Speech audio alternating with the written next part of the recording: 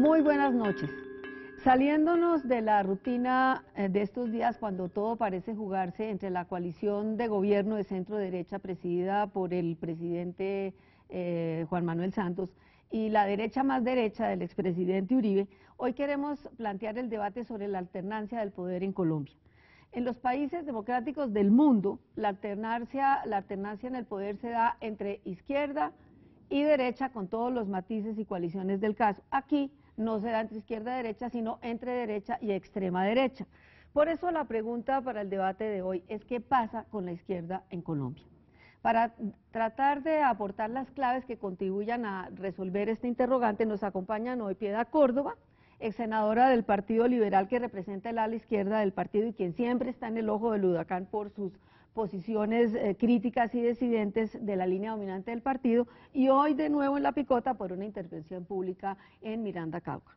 Carlos Vicente de Rú, abogado, concejal por el Movimiento Progresistas del alcalde Gustavo Petro, es consejero presidencial de Derechos Humanos de los gobiernos Gaviria y Samper, juez durante 6 años de la Corte Interamericana de Derechos Humanos y quien coordinó el informe sobre la corrupción en la administración Moreno en colaboración con el hoy alcalde Gustavo Petro y el senador Carlos Avellaneda.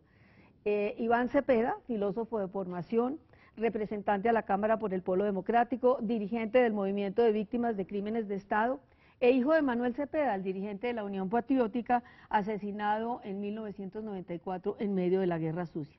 Y como cada noche, el escritor y periodista Antonio Caballué. También, como es habitual, antes de abrir el debate, tenemos una breve nota preparada por el equipo periodístico de Las Claves, que hoy se centra en una entrevista con el historiador Jorge Orlando Melo. Los invito a verlo porque nos da un contexto que nos abre el debate. Colombia es el único país de Latinoamérica que no ha tenido nunca un presidente de izquierda, que no ha experimentado cambios sociales revolucionarios, populistas o radicales en su historia. Colombia es también el único país en donde la izquierda no ha superado nunca el umbral de 1/3 en las elecciones. Los mejores resultados los consiguieron el M19 en la constituyente del 91 con un 26%, o el candidato Carlos Gaviria con un 22% en las presidenciales de 2006, representando al Polo Democrático. Una razón de partida para esta debilidad de fondo, como señala el profesor Gómez Buendía, es que los líderes de izquierda o populistas han sido sistemáticamente asesinados. Desde Rafael Uribe Uribe o Jorge Eliezer Gaitán hasta Carlos Pizarro o Bernardo Jaramillo más recientemente. Pero hay más razones, ancladas en nuestra realidad contemporánea. El historiador Jorge Orlando Melo analiza las raíces de la ausencia de una izquierda fuerte y organizada en Colombia. Colombia tuvo en el siglo XIX 2 partidos políticos muy fuertes, liberal y conservador, como otros países latinoamericanos, pero acá, por diversas razones, el regionalismo, etcétera, la lealtad de la gente se fue mucho a los partidos. Eso dio una fortaleza peculiar a estos partidos. Y cuando los cambios sociales del siglo XX crearon nuevas clases sociales, obreros, grupos de artesanos independientes, todo esto, generalmente la fuerza de los partidos fue tan grande que casi todo, las nuevas propuestas se encauzaron dentro del Partido Liberal.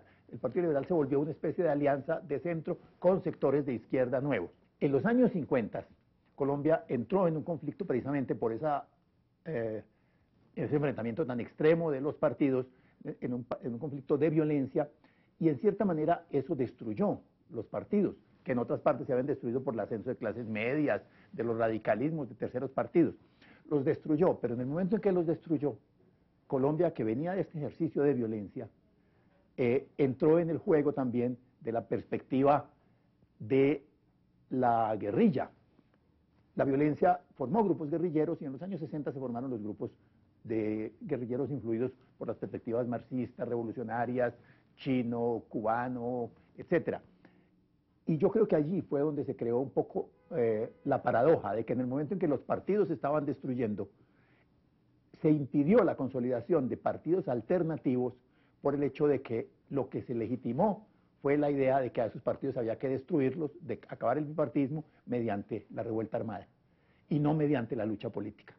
Para Jorge Orlando Melo, la existencia de la guerrilla no solo no ha contribuido a que se produzcan cambios sociales, sino que ha significado un lastre para la consolidación de una izquierda desarmada y con posibilidades de gobierno. El campo existe, pero lo que sigue dominando es un poco el problema de la seguridad, por varias razones. Por una parte porque en un estado que no tenía la capacidad de responder a la guerrilla en forma adecuada, mucha de la respuesta a la guerrilla fue en los mismos términos de la guerrilla. La guerrilla decía, se justifica el uso de las armas, y la gente que estaba afectada por la guerrilla dijo, ah, sí, se justifica, pues vamos a formar grupos armados. Y formaron grupos que además tomaron el mismo nombre que tenían los grupos de la guerrilla, autodefensas. La autodefensa fue el término que se inventó las FARC, y después resultó que le formaron autodefensas para autodefenderse de la guerrilla. Y eso creó unos poderes extraordinarios, porque esas autodefensas estaban basadas en el poder de la tierra, en el narcotráfico, en el apoyo de los poderes políticos tradicionales extraordinarios. En cierta manera, la izquierda, la guerrilla, creó un enemigo, un Frankenstein, que fue, con su argumento de la legitimidad de la violencia, legitimó en forma indirecta una respuesta que creó unos poderes muy grandes. Entonces destruyeron todas las bases del sindicalismo rural, las bases ideológicas, que es mucho el maestro, ese tipo. La gente que tenía una sensibilidad de izquierda fue muy amenazada. En Colombia, el juego de popularidades y futuros gobiernos no se dirime entre izquierda y derecha, sino entre dos derechas, la neoliberal, que representa a Juan Manuel Santos, y la extrema derecha, que representa a su antecesor Álvaro Uribe. En este escenario, son muchos los que se preguntan, ¿qué pasa con la izquierda en Colombia? Bueno, la pregunta queda planteada. Antonio, usted que conoce profundamente la historia de este país, ¿podría aventurar una respuesta y darnos algunas claves para contestar hacia dónde va la izquierda? Digamos, la respuesta común es la del conflicto y la queja legítima de los grupos de izquierda de que sus líderes son silenciados, amenazados o desplazados. Silenciados por la muerte, correcto, asesinados, amenazados, desplazados. ¿Hay explicaciones distintas que puedan dar para por qué es tan débil la izquierda en Colombia?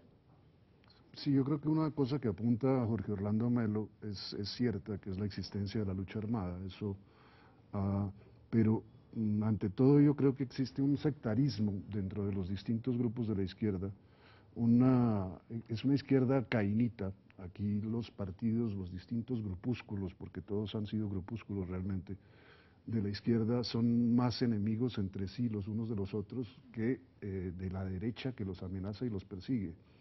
El Partido Comunista, por ejemplo, ha sido siempre acusado por los demás sectores de izquierda, por los demás grupúsculos de izquierda, por los trotskistas, por los maoístas, de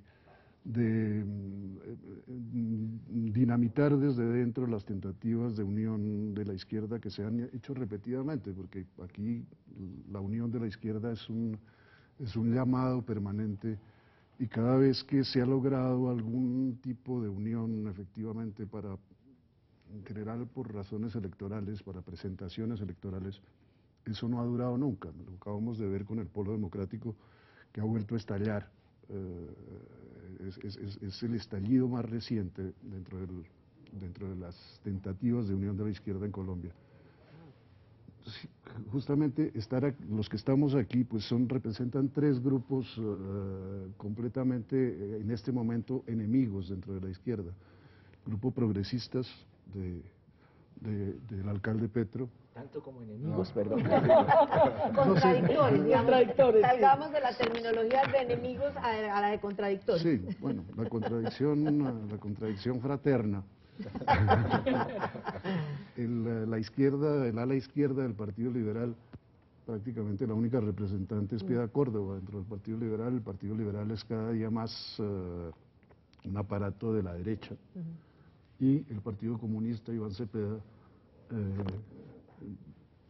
no son, ya dicen ellos que no son enemigos, pero la verdad es que se comportan como si lo fueran. Bueno, doctor Cepeda, ¿quiere...? Bueno, yo creo que la primera responsabilidad en esto, por supuesto, la tiene la izquierda y sus errores, sus lastres, sus desenfoques, sus sectarismos, y en esto no hay que digamos, ir a buscar en otros responsabilidades propias. El ahogado, Efectivamente, pues, aguas arriba, no, el ahogado pero está también es cierto que la izquierda ha ido aprendiendo de sus problemas y de sus errores. Yo no creo que la izquierda hoy sea un fenómeno marginal de la sociedad colombiana. Creo que precisamente es el centro de muchos debates. Sí, no, no, Debates, no es un fenómeno marginal ni mucho menos, pero es un fenómeno difuso a la vez. Sí, yo creo que somos muchos pero mal organizados, más bien. Ahora, ¿qué ha pasado en la historia reciente? La izquierda ha comenzado a gobernar el país. Ese es un fenómeno innegable, lo ha hecho con sus problemas, sus defectos y a veces con problemas que ha llevado a dirigentes de izquierda a la cárcel por hechos de corrupción. Y eso, digamos, es parte de un proceso político que nos va a llevar al poder. Estoy convencido de eso en el próximo futuro, no muy lejano, creo yo. La izquierda tiene que resolver varios problemas. Uno de ellos es el gigantesco desafío que no es solamente para la izquierda, sino para el país de buscar la solución del conflicto. Y en eso la izquierda juega un papel protagónico, no un papel marginal, no es parte del problema, sino de la solución.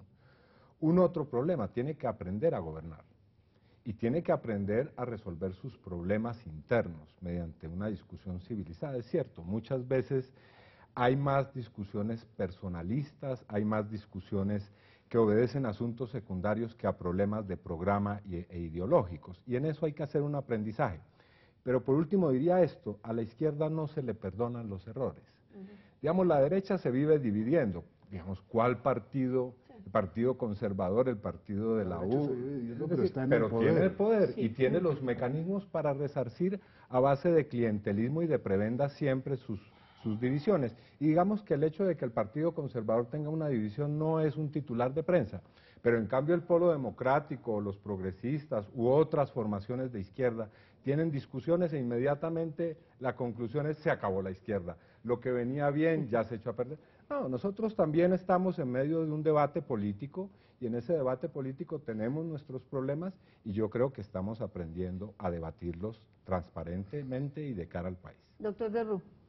Bueno, yo comparto la tesis básica de Jorge Orlando Melo, de acuerdo con la cual la existencia de un conflicto armado ha sido un obstáculo para el surgimiento de una izquierda fuerte y poderosa en el país, que acceda al poder.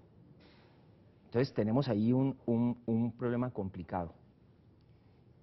No quiere decir que entonces la izquierda, mientras no haya paz, no va a poder aspirar digamos, con realismo a alcanzar el poder, pero sí es un problema muy complicado. Y fíjese que ese ha sido un factor de división dentro de la propia izquierda. ¿Cuál es la actitud que la izquierda, que trabaja en el marco de la Constitución y de la ley, asume frente al conflicto armado? Desde luego, yo rechazo a profundidad, además porque es carente de toda objetividad la afirmación de que toda la izquierda, que la izquierda es cómplice de la guerrilla o que son, digamos, su brazo político, etc. Por supuesto que no, ese es un enfoque sectario, ese es un enfoque que falta la verdad. Pero es un enfoque que tiene una base en la realidad, que es la tardanza, digamos, de los distintos grupos de la izquierda en rechazar la lucha armada, la combinación de las formas de lucha. Es posible, pero pasar de allí a decir que la izquierda, los partidos que usted ha mencionado, el Partido Comunista, el marxismo trotskista, maoísta, etcétera, más otra izquierda, digamos, no marxista, etcétera, es una aliada de la guerrilla, es una expresión de sectarismo, no es objetiva, pero también es un hecho que, como usted acaba de decirlo, Antonio, a la izquierda le faltó claridad en relación con la condena de la lucha armada. Formular políticamente una condena de la lucha armada, ¿sí? Y de conectarse a unas demandas, ojo con lo que voy a decir, de seguridad de sectores afectados por la lucha armada, no solamente por agentes del Estado, que violan los derechos humanos y el derecho humanitario, ni por los paramilitares, sino también por la guerrilla. Y digamos, nosotros no hemos sabido desde la izquierda manejar ese clamor de seguridad de esos sectores de población, a quien había que atender en un marco de respeto por la ley, por los derechos humanos, por el derecho humanitario y sin sacrificar un enfoque de búsqueda de solución política del conflicto armado. Entonces, esa desconexión con, digamos, con ese clamor de seguridad Ha ya conspirado uno no contra puede la decir, ya uno consolidación no puede de la- decir de seguridad democrática porque No, eso no, es no, otro eso enfoque, tiene otra connotación. pero esa demanda de seguridad frente a todos los actores armados de sectores de población, como que la izquierda no ha podido conectarse con eso y no ha logrado trabajar, digamos, ese tema que pues está ahí sobre la mesa de la vida del país. Doctora Cepeda, usted sigue en el Partido Liberal, pero es una voz en el desierto, digámoslo, porque usted representa la oposición. Además, un Partido Liberal que está dentro de la Internacional Socialista, pero que está en la Unidad Nacional, que es de derecha y que integra al Partido Conservador. ¿Cómo manejar como toda esa cantidad de contradicciones? ¿Y cómo ve usted el tema de la izquierda y hacia dónde va la izquierda en Colombia? A ver, yo creo que el Partido Liberal está perdido hace mucho rato.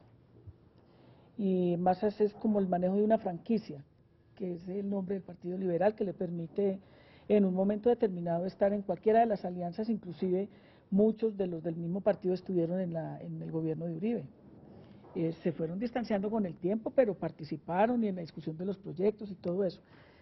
Yo creo que esto tiene, y en eso disiento un poco tanto de Iván como de Carlos, en el sentido de que, primero que todo, yo creo que la izquierda sola no es la responsable de que no pueda gobernar o de que no pueda llegar a unas alianzas o a unos acuerdos, porque aquí ha habido un establecimiento como tal que ha sido muy feroz y muy feraz con las organizaciones de izquierda, o con el pensamiento, o con las propuestas de izquierda. Y eso pues se remonta no solamente a lo que tenga que ver con la Unión Patriótica, sino también a las guerrillas liberales. Yo creo que esa es una discusión que uno tiene que volver a rememorar históricamente, y que dio cuenta de cómo en un momento determinado toda esa gente fue extrañada, fue sacada, y fue determinante para que se desaparecieran del juego político democrático. El hecho de pensar diferente le ha generado una matriz de opinión al país de que quienes estamos en contra, por ejemplo, de la guerra, entonces estamos a favor de las FARC. Y esa misma forma de pensar también ha permeado la misma izquierda. O sea, yo creo que la izquierda perdió, y en eso pues ni qué se diga del Partido Liberal, pero se me estaba olvidando algo que quería decir, y es que la izquierda empezó a gobernar a partir de la alianza de la izquierda liberal con el Lucho Garzón en su momento. O sea, fue una alianza definitiva que además tenía otro elemento ahí también, que es ANAPO. ANAPO es un elemento que no hay que olvidar. Sí, ANAPO se considera izquierda, se considera liberal, es de origen conservador, de origen rojaspinillista. Populista. A mí pues personalmente, con muchísimo respeto, no me parece bueno descalificar, pero creo que hacen unas alianzas electorales que les dan resultado. Nosotros en un momento determinado como izquierda del partido tenemos unos postulados claros, tenemos unas posturas definidas frente a la solución de la guerra, y yo creo que hemos sido muy tímidos en la izquierda, o algunos han sido muy tímidos en plantear de fondo que lo más importante es la solución del conflicto, cuando se sobreentiende que nosotros como fundamento o como voceros o como representantes de la izquierda, nuestra razón de ser tendría que ser esa, no solamente el hecho de no ser capaces de rechazar de manera abierta y contundente. Cuando nosotros estamos trabajando, acompañando la marcha patriótica, yo soy vocera de la marcha, pues entendemos que en las regiones hay unas expresiones populares muy sentidas frente a la guerra, y que además hay una cosa muy clara: ¿quién determina que el presupuesto del país se vaya en la guerra y no en la salud y no en la educación? Es quienes conforman esa unidad nacional en un momento determinado. Uno podría decir que a la debilidad de la izquierda, aparte del conflicto y todas las amenazas y todo, ha contribuido a esa estabilidad del establecimiento que se reacomoda, pues tanto que tenemos María una Elvira, coalición donde conviven liberales, reconservadores, semiconservadores, semiliberales. una estabilidad del establecimiento que se confunde tranquilamente. O sea, yo no veo en qué se diferencia quienes hoy están en la unidad nacional del Partido Liberal con los conservadores o con los uribistas. Yo no entiendo cuál es. Eso viene de hace bastante tiempo. Exactamente, yo iba para allá. Sí, pero justamente le pregunto a usted que iba para allá, ¿por qué no ha ido para allá? Usted sigue siendo... No, iba para, ¿Por qué aferrarse a un partido con el que usted ya no comparte tantas cosas? No, yo iba para allá, pero iba a decir otro argumento. No, yo creo que en el Partido Liberal hay unas expresiones muy claras, no soy solamente yo. O sea, yo tal vez puedo ser la figura que más aparezca. La que más lograda para decirlo en términos coloquiales. Sí, y la que no tiene miedo de decir las cosas, la que controvierte, la que tiene demandada la dirección del partido, bueno, Esas son reacciones, inclusive las de Simona, a lo que yo he venido haciendo. Pero hay mucha gente en las regiones que comparte, De o las que bases compartimos, liberales. y que De la izquierda compartimos, liberal. de izquierda liberal, al punto de que nosotros estamos en marcha patriótica como izquierda liberal, en cada uno de los departamentos. Pero Antonio, a lo que yo iba era una cosa que no quiero dejar que se me pase, y es la siguiente, mire, el establecimiento ha generado una matriz de opinión. Es que a nosotros se nos olvidó lo que pasó con la Unión Patriótica. Yo fui compañera de tu papá en el Senado y nosotros dábamos debates importantes y estábamos en la discusión sobre la aplicación de la Constitución del 91. ¿Y qué pasó con Manuel? Manuel para mí era un tipo inofensivo, era producto de unos acuerdos, era la presencia de él en el Senado y de un movimiento político. Lo asesinaron. Entonces, todo eso ha sido un antecedente Sí, muy fuerte. Iván está que se habla desde hace rato, es que usted, doctor yo quiero no dejar la sensación, por supuesto, de decir que no ha habido todo eso y muchísimo más. No, Todo sí, eso, toda muchísimo esa, más. digamos, lo que estoy diciendo es, nosotros no podemos rehuir nuestra responsabilidad. Y digamos que tenemos todos los elementos para explicarle a la opinión pública nuestros errores, nuestras deficiencias y darle la cara al país. Digamos que en eso, a mi modo de ver, no hay que apelar necesariamente a decir o a excusarnos con lo que ha ocurrido, pero por supuesto que ha ocurrido. Claro. Yo no comparto la tesis de Melo. No es que vino la guerrilla se portó mal y entonces surgieron los paramilitares. Esa idea es una idea absolutamente deleznable. En Colombia ha habido una política criminal desde el Estado para acabar con sectores de oposición, que se les endilga ser aliados de la guerrilla, a sabiendas que no lo son, o a sabiendas que están en unas circunstancias en las cuales es imposible tener que convivir con la guerra, por ejemplo. Mucha gente en el campo la matan porque simplemente le pidió un vaso de agua una cuadrilla de la guerrilla que iba pasando por allí. No, es decir, en Colombia hay una criminalidad de Estado y esa criminalidad de Estado está documentada y demostrada. Pero además hay otra cosa que es también muy importante y que se ve menos, y es que a muchos líderes de izquierda en la historia de este país los ha seducido el poder, ejercido de las formas más corruptas y, digamos, menos legales posibles, y han terminado del lado de todos estos partidos. Es decir, a quienes no han podido matar muchas veces sencillamente los han adaptado. Y esa es una constante, yo no necesito aquí dar ejemplos para mostrar eso. Y creo que además el establecimiento ha sido muy hábil, eso también coincido con Piedad, en mostrar cosas que no son como si lo fueran. Es decir, me refiero a lo último, la oposición de Santos es Uribe. ¿Qué tal semejante cuento? Entonces ahora resulta que quienes están rapiñando el poder son opositores y no quienes estamos planteando un modelo de sociedad distinta. No, Uribe no se ha opuesto a la reforma a la educación, creó la ley 100 y toda esta cosa de la salud. de la ley de víctimas y de restitución de tierras y sus pero su razón de oposición es muy distinta a la... No, a la estoy de reforma acuerdo, a la son justicia oposiciones distintas. se opuso porque, digamos, en última instancia se dio cuenta de lo que venía. Pero realmente detrás de la reforma a la justicia están quienes son sus amigos desde la cárcel La Picota. No, la oposición somos nosotros a este gobierno y lo hemos demostrado. Ellos están peleando porque obviamente ahí hay algunas cuotas burocráticas y problemas del poder que los tienen en este momento enfrentados y no son enfrentamientos menores, por supuesto. Bueno, A ver, pero yo quisiera hacer un comentario. Es que me están diciendo que corto, les hacemos el breve corte y reiniciamos el debate, ¿les parece? Volvemos entonces en unos minutos.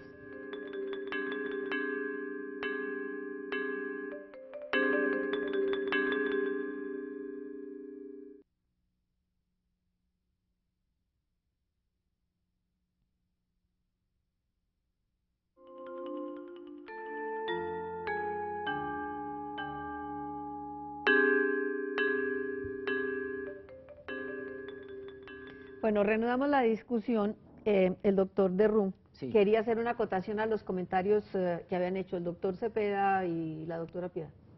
Sí, yo creo que si uno revisa la historia latinoamericana comparada, estoy de acuerdo con Iván y con Piedad. Es digamos, el establecimiento colombiano, históricamente, los sectores dirigentes, las clases dirigentes han sido de lo más reaccionario, ¿sí? Este país es un país cerrado sobre sí mismo, manejado por unas élites sumamente, digamos, excluyentes. Eso es absolutamente cierto. Y frente al surgimiento de movimientos distintos de transformación de izquierda, ¿sí? pues no voy a dar nombres, pero a todos se nos ocurren, los de dirigentes, lamentablemente, fundamentalmente del Partido Conservador, supremamente sectarios en mover el Estado contra esas expresiones. Pero ojo, hay países parecidos.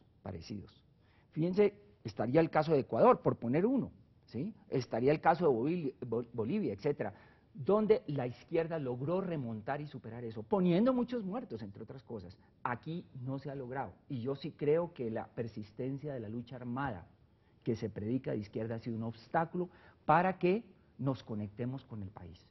Pero yo quisiera proponer que nos saliéramos un poco del marco histórico y pensáramos en el aquí y ahora. Bueno, entonces, ¿cuáles son los desafíos que tenemos, para conectarnos, quienes nos consideramos de izquierda? Que fundamentalmente, ¿qué queremos? Una sociedad de profundas libertades democráticas, pero también de una gestión desde el Estado muy profundas hacia la construcción de igualdad y de equidad social.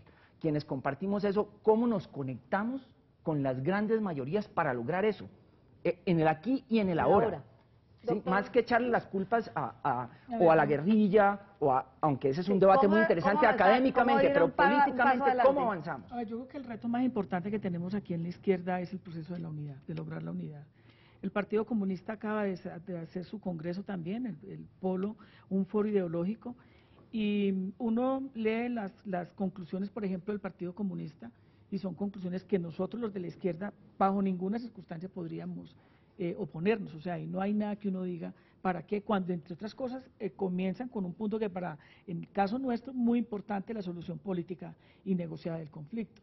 Y cuando uno lee también lo del Polo, pues obviamente encuentra similitudes. Yo creo cuando uno que lee las cosas encuentra similitudes, pero después en la práctica Pero yo creo que la tarea, Antonio José, es muy difícil, pero hay que hacerlo. O sea, nosotros tenemos que ser capaces, porque ahí sí entro yo a coincidir con el argumento de Iván. O sea, nosotros también tenemos responsabilidad en las enormes debilidades que tiene este sistema democrático, si es que se puede decir así, por la dispersión, porque muchos de la izquierda se creen de mejor familia que otros lo único que hacen es debates intelectuales, pero no saben ni qué pasa en el Cauca, ni qué pasa en el Putumayo, ni qué está pasando en Cacarica, ni qué está pasando en el Huila, nada de eso en absoluto. Entonces yo sí creo que la tarea de la unidad es como en Cuba, la tarea de Cuba es el relevo generacional, cómo construimos nosotros confianza, cómo creemos que sobre la base de un discurso donde seguramente tenemos diferencias, donde no significa que nos despojemos de lo que representamos, de lo que somos capaces de construir una plataforma hacia un Estado democrático profundo, y con ejemplos muy claros, el sistema electoral de este país, doctor. Le dejo ahí, le paso la pelota. Bueno, no, yo creo que estamos en un aprendizaje que, pues, tiene varios momentos. Uno de ellos se logró en el 2005. La izquierda ha marcado una clara diferencia con las formas armadas de ejercicio de la rebeldía. Y creo que ese deslinde ha sido muy claramente señalado. El Polo Democrático en su ideario de unidad lo dejó muy claramente consignado. Pero también dejó consignado muy claramente que entiende las raíces sociológicas e históricas de ese conflicto y que va a hacer lo necesario para buscar una solución política de ese conflicto. Y mientras no se llega a esa solución, hay que hacer acuerdos humanitarios y buscar que la guerra sea lo menos lesiva y dañina posible, aunque esto suene una cosa un poco cínica, pero es la realidad. Hay que estar con las comunidades que están padeciendo la violencia en las zonas de conflicto. Pero además muchas cosas. Yo creo que es necesario al mismo tiempo hacer una operación que puede ser contradictoria. Uno es que no podemos olvidar el país rural. Hay que estar en donde se está en este momento definiendo la suerte del despojo de tierras, de los grandes proyectos mineros, etcétera. Hay que estar con esas poblaciones, pero al mismo tiempo hay que aprender a hablarle a las urbes y a otros sectores poblacionales con los que la izquierda tradicionalmente pues los ha visto más como sus enemigos de clase que como eventuales interlocutores digamos, en procesos y en proyectos políticos. Y yo creo que el movimiento de indignación universal que está surgiendo, que tiene expresiones urbanas muy importantes, estas masas de personas indignadas que salen a las calles porque se conectan a las redes sociales y que protestan por las instituciones políticas, por la crisis financiera, por la crisis global, que hoy se hace muy compleja por distintos factores. Bueno, ahí hay un espacio en el cual la izquierda no solamente debe estar presente, sino que ya lo está. La protesta que hubo en Colombia con relación a la reforma a la educación y con relación a la reforma a la justicia, Sí, pero, allí por estuvo la ejemplo, izquierda. Perdón, Quiero señalar la eso. reforma a la justicia yo no creo que la izquierda estuviera mucho ahí. La reforma a la educación sí, pero eso después se paró y se olvidó. Es decir, la izquierda parece como si actuara de manera Episódicamente. Pero yo corregiría eso, Antonio, porque efectivamente quienes estuvieron con las coaliciones que alertaron sobre lo que venía eran los parlamentarios.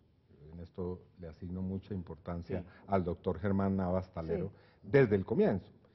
En 8 debates que tuvo esa reforma en el Congreso, no nos cansamos de hacer audiencias y de hablar con la gente, de denunciar.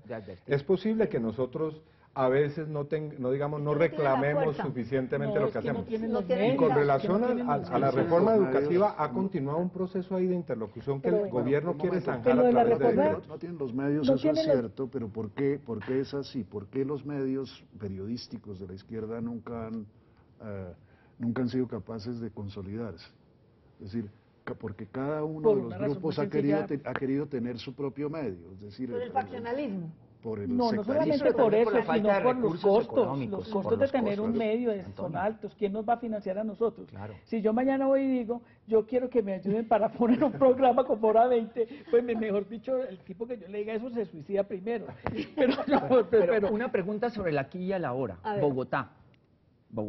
Tú haces la referencia al país rural importantísima, que digamos los izquierdistas urbanos tendemos, digamos, a desatender. Y recibo la crítica de Piedad cuando dice, bueno, trabajos ahí, carreta de ciudades y el país rural incendiándose, pero está también Bogotá.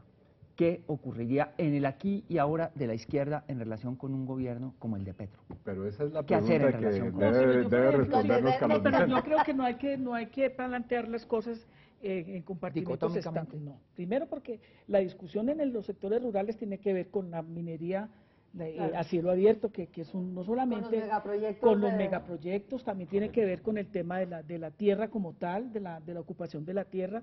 Es decir, por ejemplo, el tema del río Ranchería en La Guajira, ese no es un problema de los de La Guajira, ese es un problema nacional. Y entonces, en la medida en que esos recursos están empeñados en que el agua ya no nos pertenece, que no la podemos ni manejar, ese es un problema que se traslada al urbano. Tiene que ver con el tema de servicios públicos domiciliarios. Ahora, yo personalmente, como una persona de la izquierda, yo en la izquierda no reconozco enemigos. Yo creo que la contradicción no está ahí. Bueno, entonces les planteo para que salgamos hacia adelante. ¿Es posible la unidad de la izquierda que está fracturada y que aún se fractura más con la aparición de la Marcha Democrática? Y si es posible, ¿cuál sería ese factor? ¿O habría el riesgo de reeditar lo que le pasó al Polo, que meten en el mismo saco una izquierda ortodoxa, tradicional, que está en unas discusiones un poco pasadas de moda, y una izquierda más de centro, si eso se puede decir? ¿Y a qué sectores de centro podríamos acercar? En Exactamente. un bloque que pueda, de una manera, digamos, viable, alcanzar el poder. ¿A qué sectores de centro? A ver, pero yo antes quiero contestarle algo a Antonio, y es lo siguiente. El tema de la reforma educativa ha seguido. La Mesa Nacional Estudiantil tiene una dinámica, y además es una dinámica semanal de discusiones. Ya inclusive elaboraron el proyecto de ley que se contrapone a la reforma a la Ley 30 de manera consensuada y discutida, muy interesante además, y con una dinámica y una pedagogía digna de quienes hemos estado en el Congreso. Primero. Segundo, yo creo que nosotros tenemos que hacer un gran esfuerzo, primero por generar confianza entre nosotros mismos. Una de las cosas de la izquierda contra la marcha patriótica es que nosotros somos de las FARC.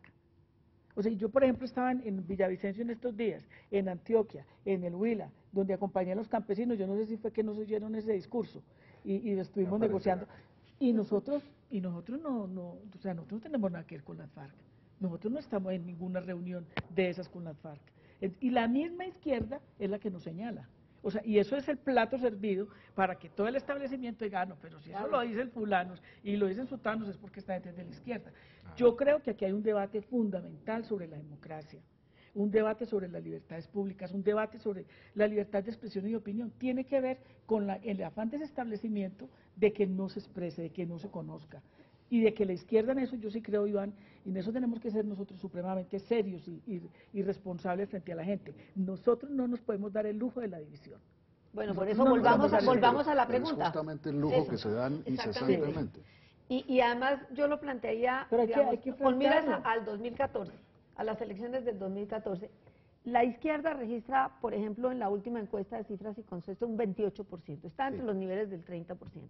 La derecha está dividida y se van a enfrentar al candidato ungido por el presidente Uribe y seguramente al presidente Santos, que buscará la reelección. ¿Hay alguna posibilidad de unión de la izquierda para presentar un candidato?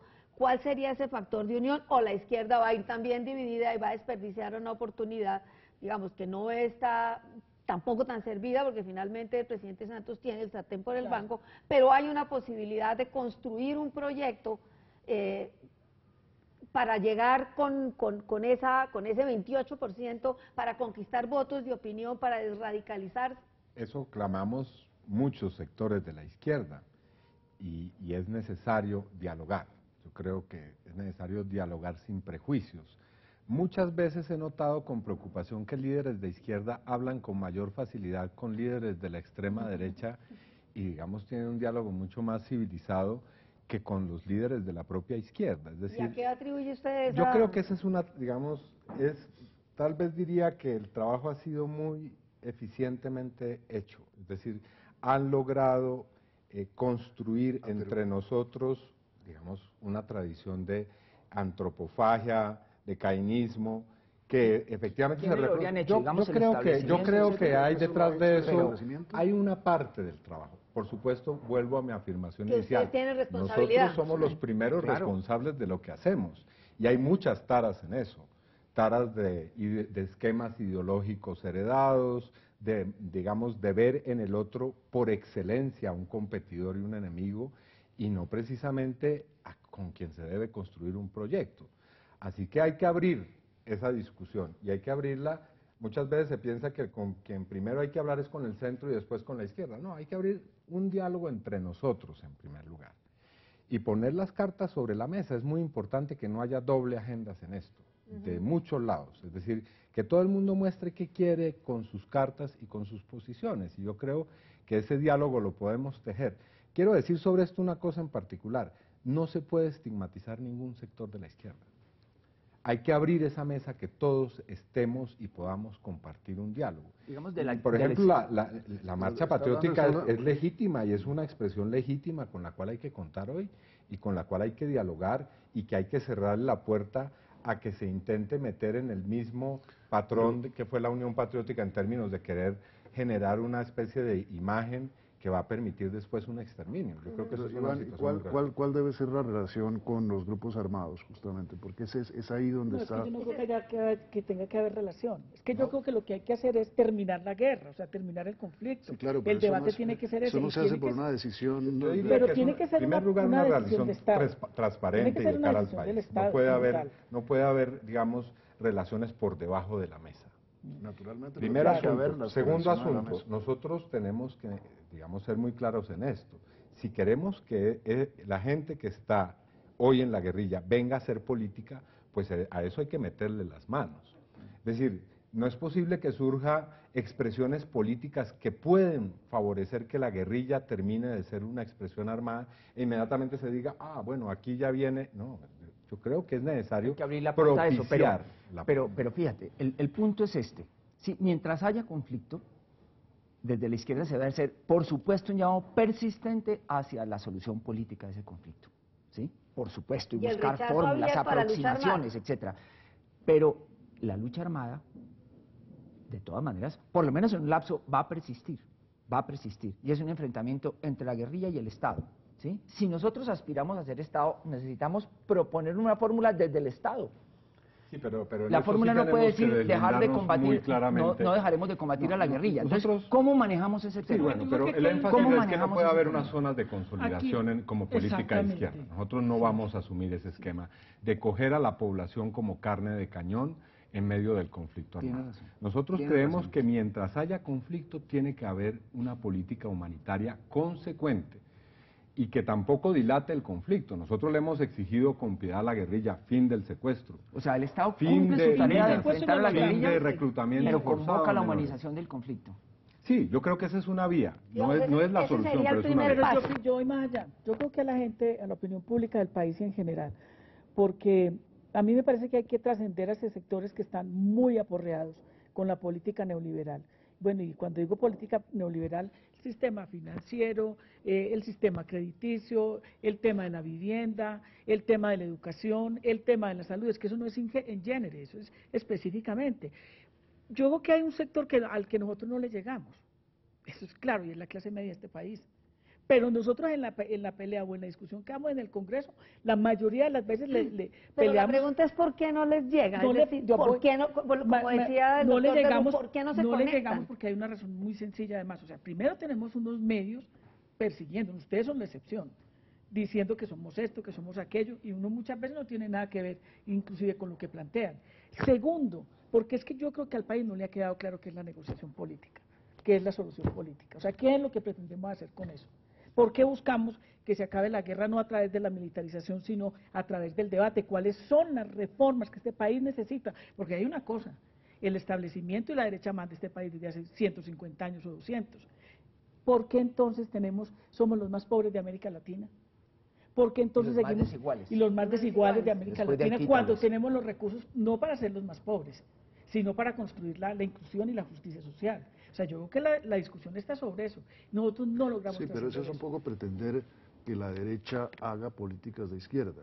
No. Nosotros lo que pretendemos es que se nos den las garantías a las que tenemos derechos, como colombianos y colombianas, y como parte del ejercicio, del desarrollo del ejercicio de hacer política. Pregunto, O sea, ¿ha habido algún cambio entre los 8 años del gobierno de Uribe, que fueron claramente estigmatizadores, los persiguieron, los chuzaron, etcétera, y este gobierno que habla, que dice, digamos, que parecería que al hablar de que tiene la llave de la paz en el bolsillo, pues sí quiere llegar a un punto de negociación con las guerrillas? Hay, si se dan hay las algunos condiciones? cambios y nosotros hemos valorado selectivamente esos cambios. Por ejemplo, que Sí. el presidente diga que quiere una negociación es algo importante. Lo que le reclamamos es que hasta ahora son palabras, no vemos que eso avance y deseamos que lo haga. Vemos un mejoramiento de relaciones con los países de frontera y eso también lo hemos saludado. Pero, digamos, en el tratamiento de la oposición política siguen matando personas de nuestros partidos y de nuestros movimientos. Los líderes de restitución Todos de los víctimas. líderes agrarios e indígenas Las están regiones hoy en conflicto, eso es amenazados así. muy gravemente. Las zonas que el gobierno llama de consolidación son los peores sitios de corrupción donde gobierna la mafia sin ningún recato. Así que Y donde no allí hay hay seguimiento a los digamos, recursos. una continuidad con otras formas y otro lenguaje realmente. pero yo también pienso que no hay, o sea, yo creo que hay selectivamente eso que tú anotas. Yo sí creo, y estoy muy apostándole a eso, porque yo sí me aparto en algunas cosas, yo creo que a la guerrilla, a la insurgencia, tanto del ELN como de las FARC, hay que buscar que realmente, y esa es una tarea de nosotros, que se meta en un proceso y que podamos salir de ese proceso, no que sea un proceso para dentro de 30 años, no, ni tampoco una paz express, pero sí que ya realmente hayan unos mínimos en los que podamos avanzar. Y sobre todo, yo sí creo que el gobierno, a pesar de toda la persecución de Santos contra nosotros, porque las expresiones, por ejemplo, la autoproclamada lideresa de la marcha patriótica se acuesta en la misma cama con el señor Gómez, pues eso no tiene ninguna, por el simple hecho de que esté a favor de la revocatoria del Congreso. Eso no quiere decir que coincidamos, ni tampoco una constituyente que pueda ser producto de una discusión política va a coincidir Con la constituyente que pretende el uribismo. para absolutamente nada. Entonces la gente en la calle mismo lo insulta a uno, es que, sí, vean, no sé qué, no sé cuántas, pero eso no logra ese discurso. Yo sí creo fervientemente, y en eso nosotros en Colombianos y Colombianas por la Paz, en la misma marcha patriótica es el centro del debate, que puede haber un acuerdo con el gobierno de Santos. ¿A qué costo le va a salir a él? Él tiene la responsabilidad de desmarcar el lenguaje. Un acuerdo de paz. Un acuerdo de paz con la insurgencia de las FARC y con la insurgencia del ELN, y seguramente con grupos que queden por ahí, no sé. Si no hay sé tiempo cuáles. para, si hay tiempo Pero, para hombre, fraguar. es que yo creo que no hay Que que el horizonte pensar, no es de 2 horas, es que de 2 años, de exactamente, 8, es de 6 ahorita. Exactamente, y puede ser que el presidente esté pensando no en reelegirse, sino que plantee la discusión de ampliar 2 años más el periodo. Puede pasar eso, ¿Cuál es la postura de la izquierda? Ah, no, porque entonces no podemos estar en las elecciones. ¿Qué es lo que se va a discutir ahí? ¿Qué es lo que nosotros podemos lograr? Yo sí creo que la paz, o sea, la paz no, los elementos, los rudimentos, la estructura, la ingeniería de la paz se puede construir con el gobierno de Santos, porque es que no lo vamos a construir precisamente entre nosotros solos. Esa es la gracia No, de es ser que país. No, pero justamente la paz se hace con quienes Todos. están en la guerra. Exactamente. Sí, pero, Y- pero tiene que haber ambiente Pero entonces hay una, social, digamos. hay una digresión que es la siguiente. No solamente la guerrilla tiene cosas para decir en el tema de la paz. No, no, Nosotros naturalmente también, los todos que no tienen. estamos armados, tenemos profundas discusiones con el modelo de este país, que inclusive pueden ir mucho más allá de lo que plantea la izquierda, lo que plantea, perdón, la insurgencia en su momento determinado. O sea, que la paz no va a ser entre el gobierno y la insurgencia, y nosotros ahí como en un partido eterno. No, ahí entra un tercer actor que son los movimientos sociales. Incluso, por ejemplo, Que tienen un norte- rechazo total a la insurgencia. O sea, si usted habla con, ahorita va al Putumayo, a la perla amazónica, y se reúne con la gente, usted va a encontrar que la gente no quiere saber. Lo mismo que está pasando en el Cauca está pasando en el Putumayo. Incluso yo creo que más allá, sí, quienes pactan la paz son los que están en la contienda, Las partes, digamos. por supuesto, pero hay experiencias como la de Irlanda del Norte en la que paralela a la mesa en la que estaban discutiendo pues los armados, había otros diálogos en la sociedad interesantes. Estaban discutiendo, por ejemplo, los empresarios con los trabajadores, estaban discutiendo los terratenientes con los campesinos. Yo creo que, sin lugar a dudas, eso no es lo que resuelve el conflicto, pero sí tendríamos que promover una cierta forma de dialogar seriamente en Colombia entre sectores que tradicionalmente, si se han sentado a dialogar, es para que haya una mentira o una apariencia de diálogo. ¿Qué es lo que hace ahora el gobierno con las consultas? yo por ejemplo? quisiera observar lo siguiente. El ideal es el camino que ustedes plantean, ¿sí? Que en un horizonte temporal corto se llegue a la solución política del conflicto armado. Eso sería extraordinario, ¿sí? Extraordinario, y digamos hay que apoyar eso, apostarle a eso, trabajar por eso, con toda la complejidad que ustedes mismos han descrito. Bien, pero pensemos en otro tipo de escenarios, en que tiene que pensar también la izquierda, ¿sí? Supongamos que eso no se cocine tan rápido, que no se concrete tan rápido. ¿Qué hace la izquierda? ¿Cómo se conecta con las grandes mayorías? Perdón, Nunca una hemos observación. pensado en nada distinto. Perdón, Es ok. así. Leen, Piedad, pues, sí. Piedad formulaba una serie de planos de acción de las políticas públicas hacia la construcción de una sociedad más igualitaria. Hay que trabajar a profundidad en eso. Yo ahí veo que las cosas están dadas para unos acuerdos muy profundos y de posibilidades corazón. de madurar ese Del- proyecto para, digamos, claro, que sea una claro. alternativa real, viable Sí, en pero- las próximas pero surge un elecciones, punto. o seguirán divididos. Surge un punto en el cual se requiere un diálogo de una gran franqueza, ¿sí? Y un diálogo fraterno entre la izquierda. Sigue siendo el problema bueno.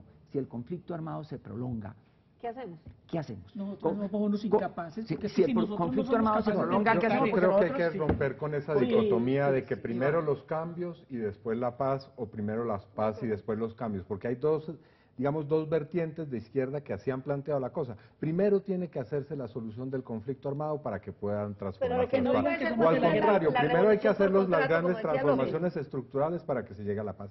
No, aquí hay que pensar simultáneamente las cosas. Y yo soy de quienes piensa que es prioritaria la solución política, que a eso hay que meterle muchos esfuerzos y sustanciales, pero obviamente eso no se va a dar de la noche a la mañana, y yo creo que la izquierda sí tiene propuestas frente a las grandes políticas y a las instituciones del Estado.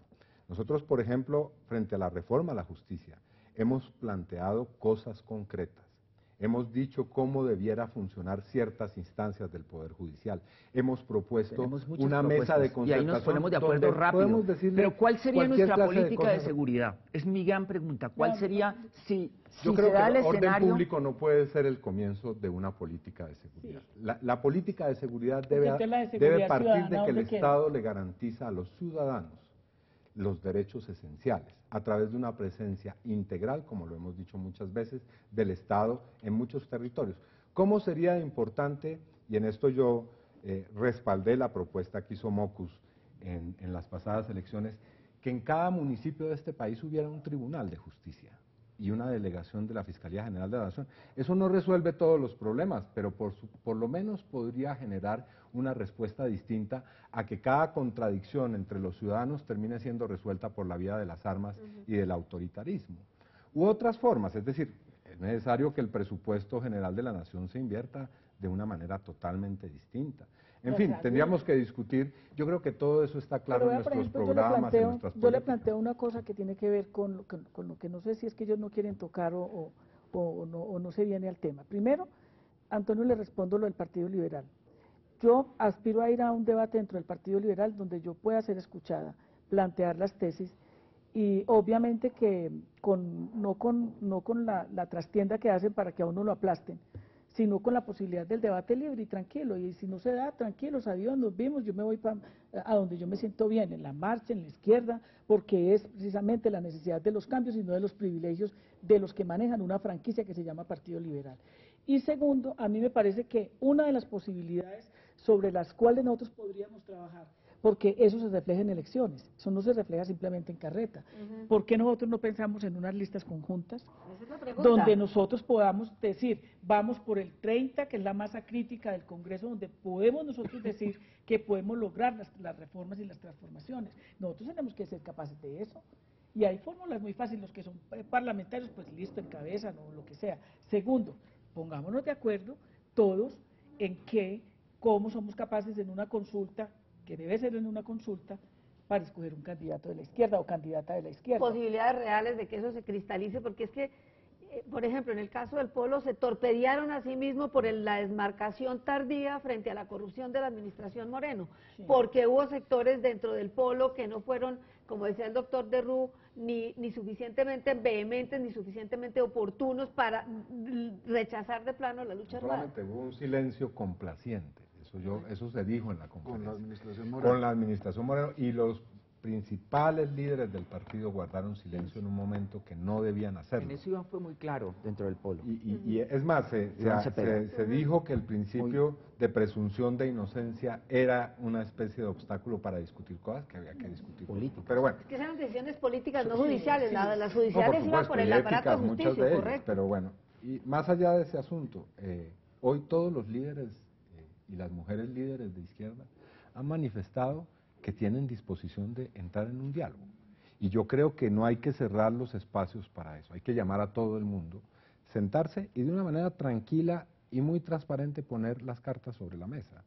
Y hasta dónde nos podemos poner de acuerdo en una cosa más estratégica o más puntual, y nos ponemos de acuerdo en lo que podemos ponernos de acuerdo. Lo otro lo seguimos haciendo como lo estamos haciendo ahora. Piedad acaba de decir una cosa concreta, listas. Es decir, porque las conversaciones sobre el alfa y el omega. No, y sobre todo sobre programas de gobierno cuando se llegue al poder, eso no tiene mucho sentido. Y sin acabar. Pero listas, como propone Piedad. Y candidatura presidencial. Y candidatura Eso presidencial. lo pregunté hace rato y nadie me ha contestado. No, por eso tiene que ser, primero yo creo que es plantear las cosas como son. O sea, yo creo que en este momento partir de la base de que todos estamos en la izquierda por la solución política, que ese es el punto de partida para nuestro debate.